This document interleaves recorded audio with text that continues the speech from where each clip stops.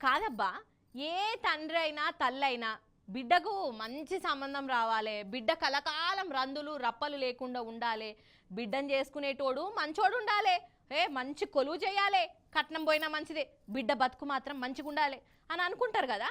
అట్లా అనుకోనే అప్పులు చేసి లచ్చలు ఖర్చు చేసి మరి బిడ్డల పెళ్ళిళ్ళు చేస్తారు. అచ్చినోడు మంచోడైతే అదే 10,000, కానీ మోసగాడైతే ఎట్లుంటుందిల్లా, వామ్మో కలకాలం ఆ బాధ అట్లనే ఉంటుంది. గింత పెద్ద సెంటిమెంట్ ముచ్చట చెప్తున్నావు ఏందవ్వా అని అనుకుంటున్నారా నొల్ల.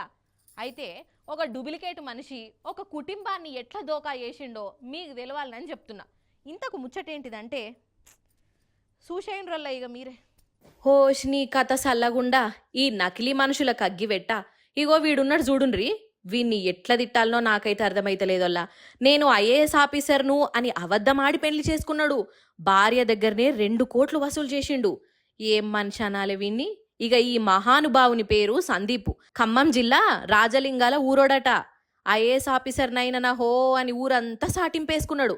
కానీ ఐఏఎస్ కాదు మన్ను కాదు, జనాలను మాత్రం మంచిగా నమ్మిచ్చిండు. ఇక ఈ నడుమ పెళ్లి సంబంధాలు ఆన్లైన్లలోనే చూసుకుంటున్నారు కదా నొల్ల. ఇగో ఈడు కూడా ఆన్లైన్లో పెళ్లి సంబంధం కోసం పెట్టుకున్నాడు నేను ఐఏఎస్ను అని. కర్నూల్లో ఉండే శ్రావణి కుటుంబం వాళ్ళు సంబంధం కోసం ఇక ఈయనతో మాట ముచ్చట పెట్టిర్రు. వీడు వాళ్ళను కూడా ఐఏఎస్ ఆఫీసరే అని గట్టిగా నమ్మిచ్చిండు. ఇక ఇంకేమున్నది, వీని నెత్తి మీద 50 లక్షలు పోసి 2018లో శ్రావణికి ఇచ్చి వాళ్ళు లగ్గం చేసిర్రు. ఎంత ఘోరముల్ల ఇది. ఇక లగ్గం అయినాక రోజు ఆఫీసుకు పోయినట్టు పోవుడట, చీకటి కాగానే ఇంటికచ్చుడట, కానీ జీతం తెచ్చుడలేదట. ఇట్లా 4 ఏండ్లైనాయి. ఇక ఇంటామెకు ఎందుకో అనుమానం కొట్టింది.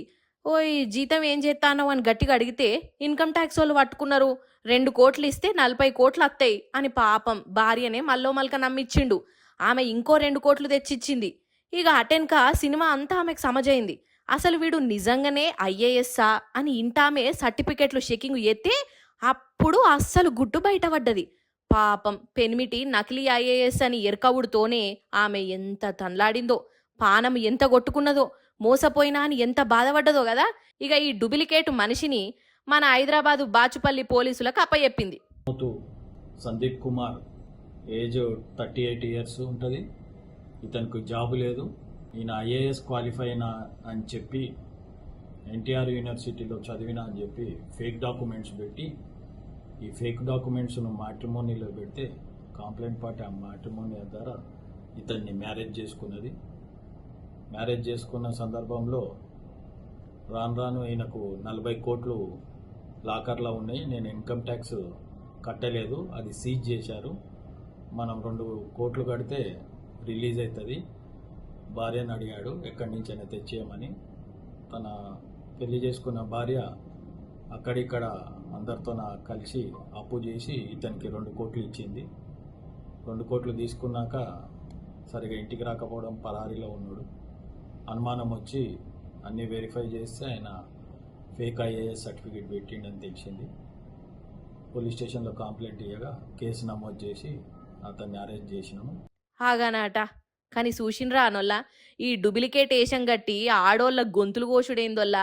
ఐఏఎస్ అని అనగానే బిడ్డ బతుకు బాగుపడుతుంది, మళ్ళీ వెనకకు మర్రకుంట అవుతుంది అని అనుకొని ఆ ఇంట్లోళ్ళు రెక్కలు ముక్కలు చేసుకొని లగ్గం చేస్తే ఈ డూప్లికేట్ గాడు చేసిన కథనేమో గిది. అయినా ఈ ఆడవిల్లోళ్ళది కూడా తప్పే ఉన్నదొల్లా. లగ్గం అంటే ఆన్లైన్లో చూసుకొని ఏదో గుడ్డిగా నమ్మి చేసుడేనా? అటేడు తరాలు ఇటేడు తరాలు చూడాలే అని వెనకట పెద్దోళ్ళు ఉత్తగానే అన్నారా? 7 తరాలు చూసుకోకున్నా ఆడపిల్లను ఒక ఇంటికి ఇస్తున్నామంటే ఎంత జాగ్రత్తగా ఉండాలి. వీడేం చేస్తాండు, ఎసుంటోడు, కంతిరోడా, మంచోడా, ఇల్లేంది, ఆకిలేంది, కొలువు కథేంది, గీంత చూసుకోరా కథ గాని.